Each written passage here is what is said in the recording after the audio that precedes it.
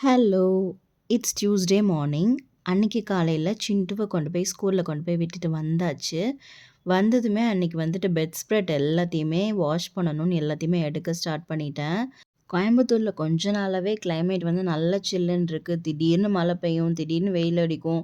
திடீர்னு வெயில் அடிச்சுட்டே மழை பெஞ்சுட்டு அப்படி இருந்தது. ஸோ, அதனால பெட் ஸ்ப்ரெட் வந்து நல்லா வெயில் அடிக்கும்போது காய போட்டுக்கலாம் அப்படின்னு சொல்லிட்டு தான் அத வாஷ் பண்ணாம அப்படியே வச்சுட்டேன். ஸோ, மண்டேலருந்து கொஞ்சம் நல்லாவே வெயில் அடிக்குது. ஸோ, அதனால பெட் ஸ்ப்ரெட்ட வந்து வாஷ் பண்ணிடலான்னு அத வந்து எடுத்தாச்சு.